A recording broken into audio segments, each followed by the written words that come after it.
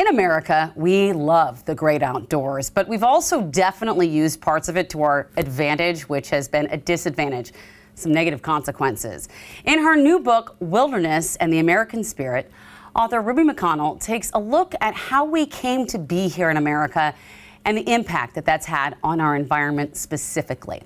Ruby has an event tonight at the Elliott Bay Book Company, but first she's on our couches this morning. Thank you for being here. Thank you for having me. You know, there's a lot of different books and many things that look at kind of the history of America, so many different ways, but you focus specifically on the environment here. What does the term American spirit mean to you in relation to the wilderness and environment? That's a great question. Thank you for asking that. When I think about the American spirit in terms of the environment, it's important that we recognize that there's a patriotism to it, that our relationship to the land is very much related to our notions of expansion and our original ideals as a country and connected to manifest destiny, something that we're still sort of wrangling with today. But also, I make the argument in the book that the current environmental crises that we're going through are as much a crisis of the spirit as they are a physical manifestation of crisis, since that's something that we need to address within ourselves and our own behavior. I wanted to ask you about, you mentioned manifest destiny and how it was kind of just a total, almost, it was important for our nation, but it was almost kind of like a plague of people just coming out and expanding wherever. And you say that the American West can tell us a lot about the environmental consequences that we're experiencing right now. Right. The relationship that we have to our natural resources, the way that we use them, the way that we view the land as a commodity is something that was set into motion in colonial times and then came with us as we expanded west and has really informed the American consumer culture and allowed that to flourish. So now that we're reaching an age of scarcity, we're going to have to reevaluate some of those things and think about new forms of destiny that we might be able to invent as the American people. Right. You know, we tamed first. They came here, they tried to tame the land, and now we're saying, what's happened? What are we doing now? You said that the Applegate Trail is something that we all need to know about. What is the Applegate Trail? The Applegate Trail is the southern route of the Oregon Trail. Oh. That even most Oregonians are somewhat unaware of. Yeah. It was charted after the original pioneers, the Applegate family, came and they tragically lost family members on the Columbia River. And so they decided there must be a better way, and that better way, they punched through the Siskiyous and out through Nevada.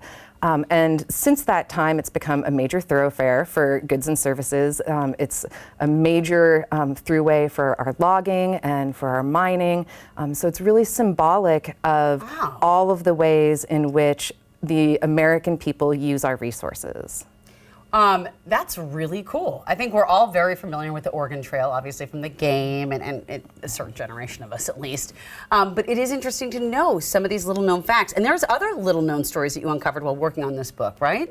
What I tried to do was tell stories that took place along the Applegate Trail. I'm trying to move away from the 20th century practice of sort of finger wagging about environmental issues and engage people in a way that is interesting and exciting and storytelling based, because I think that through storytelling we build community and we find shared values. You don't have to agree with my politics to need clean water. You don't need to agree with my politics to, need available resources. And so we need to change the way that we talk about these things so that everyone can feel included in the discussion. I really like that. It changed the way we're talking to each other about these things. So you're not going to read this book and feel like you've been browbeaten. You're just trying to share the stories and explain. I think that's wonderful. And this book was also written during COVID, I understand. What were the lessons you could say that you took from kind of the history of how we've come through as a species in this environment to how it kind of related to the American West and the history of the wilderness here? You know, COVID was an interesting time to be an environmental thinker and writer. As a young activist, one thing that I was told consistently, was, what do you think? Everybody's going to wake up one day and stop driving cars. It'll never happen. It's impossible. That kind of change will never happen. And then we woke up one day and everyone had stopped driving cars. So true. And so I saw that period of time as an opportunity and a chance for a turning point, much like the people that were coming out as underneath the Homesteading Act saw that period of time in the mid-1800s as a period of opportunity and an opportunity to find a new way of living. So I found it a very hopeful time. Oh, that's a really interesting way of looking at that. And it's really fascinating to take a moment and think about how the wilderness does affect our American spirit. And by the way, just a reminder, Ruby has an author event tonight, Tuesday, April 16th at 7 p.m. at the Elliott Bay Book Company on Seattle's Capitol Hill.